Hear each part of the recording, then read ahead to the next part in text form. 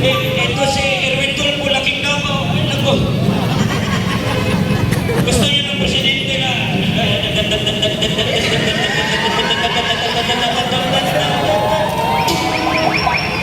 Kantahan mo na lang kaya kayo muna. Okay, okay lang. Inom mo na ng tubig. Tubig muna. Tubig muna.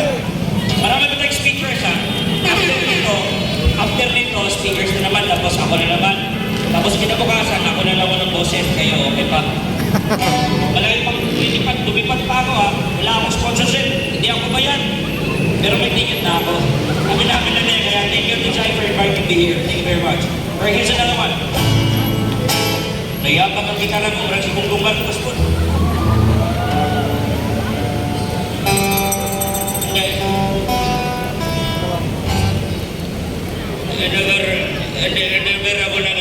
I never said na pag Marcos ako. Pag naglakaw uli yan, bahala kayo.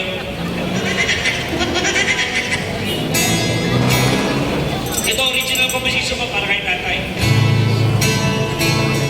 Masakit yung daliri ko, Paris. Ito na. Sa nagbigay ng sticker ko, salamat. Sinulat ko ito katang to noong 2016 pag panalo ang galing tatay. At hindi ko inasahan na kakantahin ko dito sa harap ng mga tao na ganito po malagay ni tatay. Isang pasasalamat para sa kanya. Pa-effects mo na mga pare.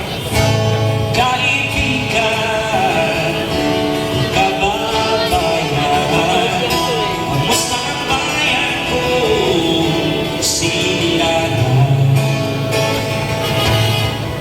Siya'y bumangon, palayas ng mga cellphones, ng dahan-dahan. Mula pagkaloob, balik sa mga kagaguhan. Ang dami noong minamaltrato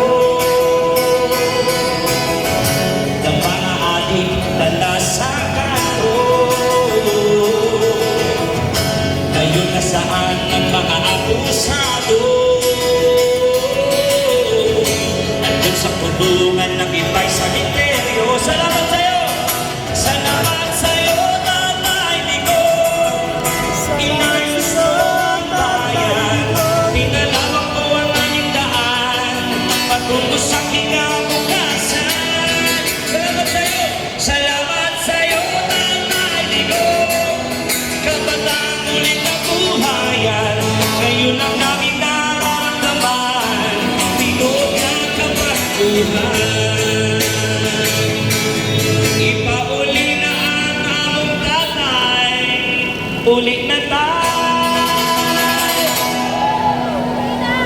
Isig kang isa kang buhay na bayani. Mabuhay si Tatay Digong!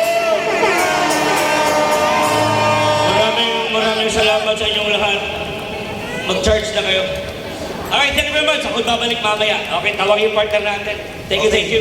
Mula sa Sarangani, palakpakan po natin muli! Before Si that, by the way, Tatay Digong! pasalamatan ko yung OFW sa pag-invite sa akin, headed by the President at the Jaya Seto. Mabuhay ang OFW! Mabuhay lahat ng Pilipino! God bless! Stay po tayo, walang gulo ha. Kasi pag nagkagulo, talo tayo. Ha? Pag mag-declare ng martial law, walang eleksyon. Utang ina ninyo.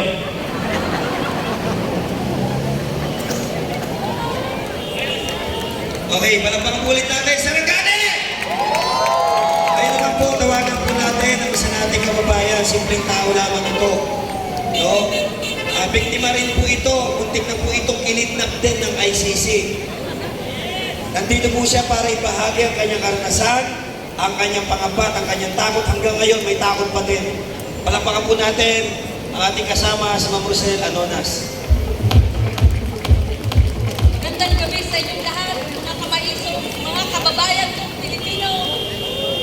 Nagsasabi ako sa inyo ngayon na hindi si Tatay Digong ang naunang dinala sa ibang bansa at binigyan ng warrant of arrest ng ating Pangulong Marcos ngayon. Kami, nandito ang papel. Kami 4 na Pilipino, puro OFW. Pinailan kami na hindi namin alam kung totoo na Interpol Red Notice. Ito nangyari totoo November 21, 2024. Dumating ang mga tao ni Torre sa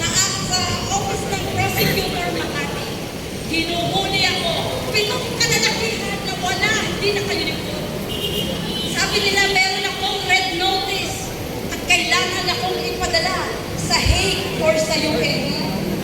Kaya ngayon, lumabas lang ako sa inyo para sabihin na kaya nilang gawin kahit kanino sa inyo, sa akin, sa pamilya ninyong OFW na maglagay ng red notice na yan. Hindi natin alam kung ito ay totoo o kanuhan. Ang sinasabi ko dito, kinuha nila ako, dinala sa krame sa opisina ni Torre. 7 araw nandun ako sa kanyang opisina, naghihintay ng kasagutan bakit ako nandito. Humingi na ako ng tulong kung kani-kanino. Dumating ang 2 tao na lawyers at sinabi, hindi ka dapat nandyan dahil ang Interpol red notice ay hindi warrant of arrest na katanggap-tanggap sa ating saligang batas. Di ba? Kaya mga kababayan, huwag kayong magtakagan si tatay. Akala ninyo si tatay lang kaya nilang gawin ng ganyan. Hindi. Marami na kaming sinampol. Kayong mga kapulisan, baka hindi nyo alam. Ang pagdurusa ng mga kababayan natin, pinagbibintangan na tulad ni tatay. Si tatay Digong na dating former ating president, nadala nga doon. Paano pa tayo, ikaw, ako, ang ating mga anak at ating mga magulang na wala tayong kalaman-laman, walang pambayad ng abogado. Ikukulong lang tayo basta-basta. Hindi ako kayo dito para maging sigat. Gusto ko lang sabihin sa inyo na ang Interpol red notice na photocopy ay kaya nilang ilabas at sabihin, ikaw, halika rito. Ikukulong kita rito, ipapadala kita ng Hague, ipapadala kita ng Dubai, nang wala sa ating saligang batas. Manon pat meron tayong saligang batas. Para sila pa rin ang katupad. Sino ba sila? Sino ba yung mga pulis na yan? Sila ay implementor lang ng batas. Hindi sila batas. Si Marcos ba ang batas? Hindi! Sino ang batas? Yan, panindigan yan. Huwag tayong umalis dito na hindi natin nasasabi ang ating mga damdamin, ang ating saloobin. Dahil kahit ang mga pulis na kasama ko doon, nagingit-ngit ang saluban. Ngunit sa dahil lang sila ay mga magbababakrak, wala silang magawa. Sa kamay nito mga ulupong na walang puso ng mga general. At sino ang isa na yan?